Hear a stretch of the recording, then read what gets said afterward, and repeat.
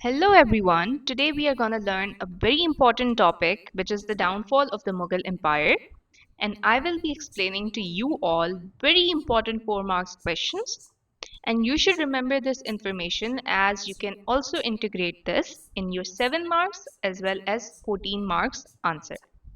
So let's start with it. The first question over here is, who were the zamindars?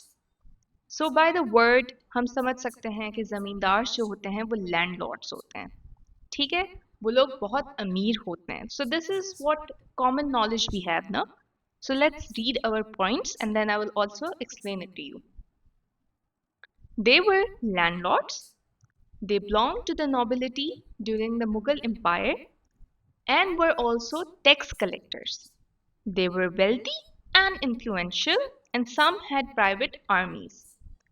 अब ये तो हमें पता है कि even zamindars nowadays are wealthy and influential और उनकी अपनी अपनी सिक्योरिटी भी होती है, तो ये पॉइंट आप इससे याद रख सकते हैं. ठीक है, और मेन इंपॉर्टेंट पॉइंट क्या है कि वो टैक्स कलेक्टर्स भी थे.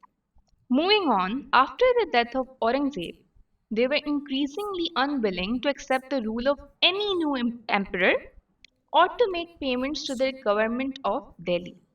मतलब उन्होंने भी एक रेजिस्टेंस दी थी.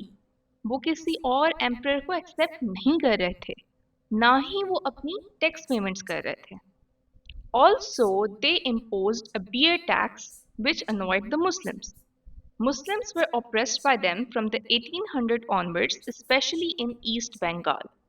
तो वो शुरू से ही द जमींदार्स वो मुस्लिम्स को एक ऑपरेशन में रखते थे, उनको सही से ट्रीट नहीं करते थे, specially in the area of East Bengal. Right, let's move on. Our next question is, who were the Nawabs? From the word Nawab, we can understand that अभी भी nowadays Nawabs जो होते हैं they also have a royal background, right? So let's read. Nawabs were provincial governors or rulers appointed by the Mughal emperor to administer different regions of the empire. They were responsible for maintaining law and order, collecting taxes, and ensuring loyalty to the central Mughal authority. मतलब nawabs कौन थे? वो governors थे या वो rulers थे provincial areas के. ठीक है, वो मुगल एम्परर ही चूज करता था और वो उसकी एम्पायर की डिफरेंट डिफरेंट रीजन्स को एडमिनिस्टर करते थे. उनका काम क्या था कि वो लॉ को मेंटेन करें और वो टैक्सेस कलेक्ट करें, and they had to be loyal to the Mughal emperor, right? While they officially served under the emperor, many Nawabs began to act independently as the Mughal Empire weakened in the 18th century. Notable Nawabs included Nawab of Bengal, the Nawab of Oudh, and the Nawab of Hyderabad, each of whom eventually established semi-independent rule. अगर आप पढ़कर आए हैं ये चीज़ तो आपने इनका नाम ज़रूर सुना होगा, नवाब ऑफ बंगाल, ओध, हैदराबाद. तो ये लोग वैसे तो officially under the emperor serve करते थे, but after the Mughal empire was weakened, उनका रूल कम होता जा रहा था, ब्रिटिश आना शुरू हो गए थे या दूसरी इन्वेशंस हो रही थी, तब उन्होंने अपना एक सेमी इंडिपेंडेंट रूल करना स्टार्ट कर दिया था. Moreover, their growing autonomy reduced central control and contributed to the empire's fragmentation, paving the way for British intervention in Indian politics. इसका क्या मतलब है कि as they were starting to establish their semi-independent rule, तो उनका जो central control था ना, that started to reduce. Fine, and as the British started to intervene in Indian politics, तो नवाब का जो कंट्रोल है वो कम होता गया. फाइन, और इसकी वजह से भी एम्पायर जो टूटा था, इस चीज ने उसमें एक रोल प्ले किया.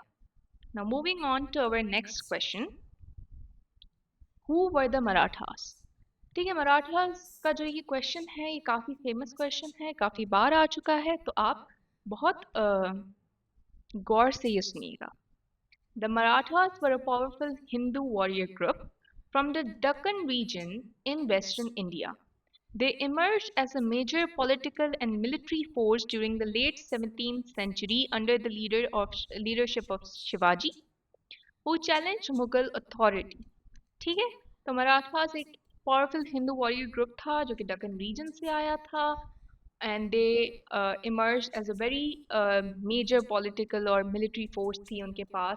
And जो शिवाजी था, he's a very famous personality among the among the Marathas, who challenged the Mughal authority, right? तो even the question can come on who was Shivaji. तो उसमें भी आप जो हैं जो चीज़ें मैंने मराठास के लिए लिखी हैं आप वो लिख सकते हैं, ठीक है? It will be counted, right? Moving on, initially a regional power, the Marathas gradually expanded their influence, especially during and after the reign of Aurangzeb, who struggled to fully subdue them.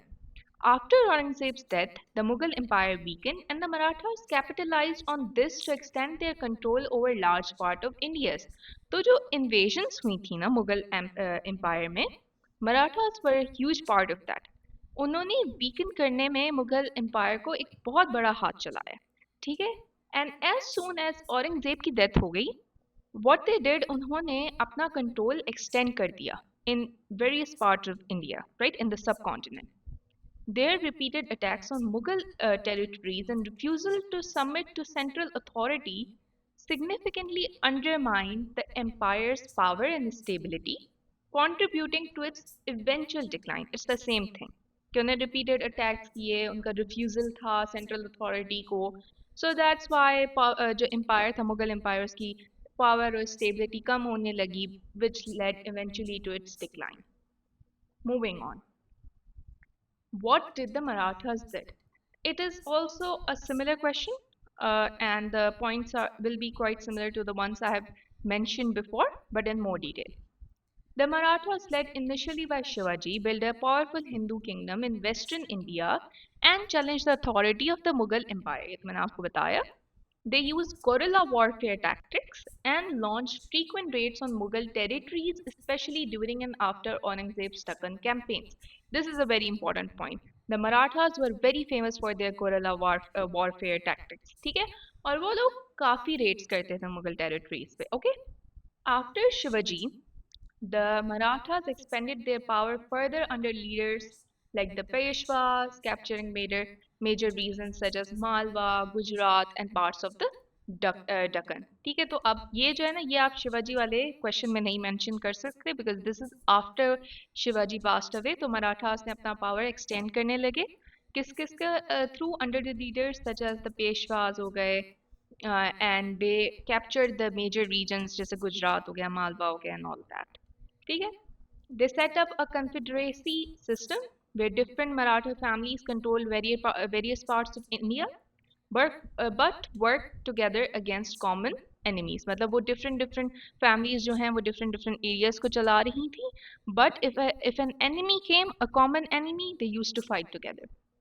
Their continuous resistance weakened Mughal military control, created political instability, and accelerated the decline of central authority in the empire. As I mentioned this earlier, कि उन्होंने Mughals को जो है एक weaken करने का बहुत बड़ा सोर्स थे वो लोग and they created political instability. उन्होंने मुगल्स की मिलिट्री कंट्रोल को भी एक बहुत बड़ी रेजिस्टेंस शो की जिसकी वजह से जो सेंट्रल अथॉरिटी है वो डिक्लाइन होना स्टार्ट हो गई.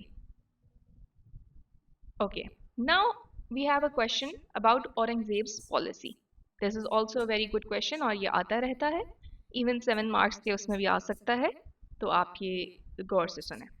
How did Aurangzeb's policy weaken the Mughal Empire? Aurangzeb adopted a rigid and orthodox Islamic approach, reintroducing the jizya tax on non-Muslims, which alienated Hindu communities, especially the Rajputs and Marathas. तो अब औरंगजेब जो था ना he was a very rigid person, a very strict person, right.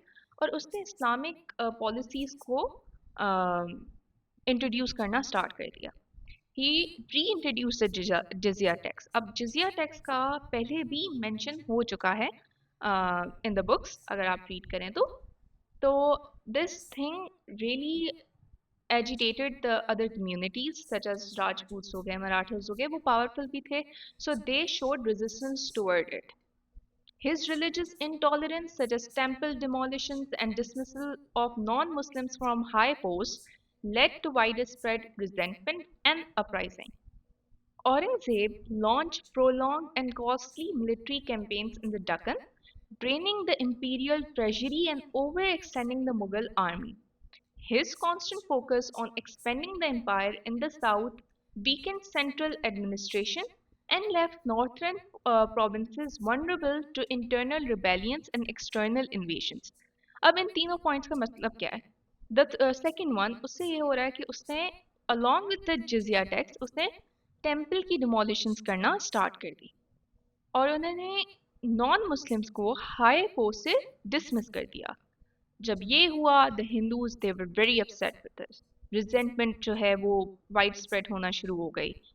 And then what he did कि अपने ही empire को you know he gave it a big backdraw which was कि उसने कॉस्टली मिलिट्री कैंपेन्स करना स्टार्ट कर दी. ठीक है. And he used to send Mughal army to further areas, Deccan हो गया या दूसरे एरियाज हो गए. इससे जो रॉयल ट्रेजरी थी उसके पैसे भी खत्म होना स्टार्ट हो गए. पैसे नहीं होंगे तो एम्पायर चलेगा कैसे? Then his focus was constantly on expanding the empire. मतलब वो ये नहीं कर रहा था कि जो है एरियाज उसके कंट्रोल में उनको अच्छे से चला है, but he wanted to expand his rule. Fine. So this led to poor administration and as you know treasury के पैसे खत्म हो रहे थे, अटैक्स हो रहे थे, दूसरी कम्युनिटीज खुश नहीं थी इससे, ब्रिटिश आना स्टार्ट हो गए थे. So all of these things they weaken the Mughal empire and Aurangzeb's policies played a major pivotal role in it. Okay, moving on. So this was it, and I hope you enjoyed this video. You learned a lot from this video, and I will see you in the next one with more content. Bye bye.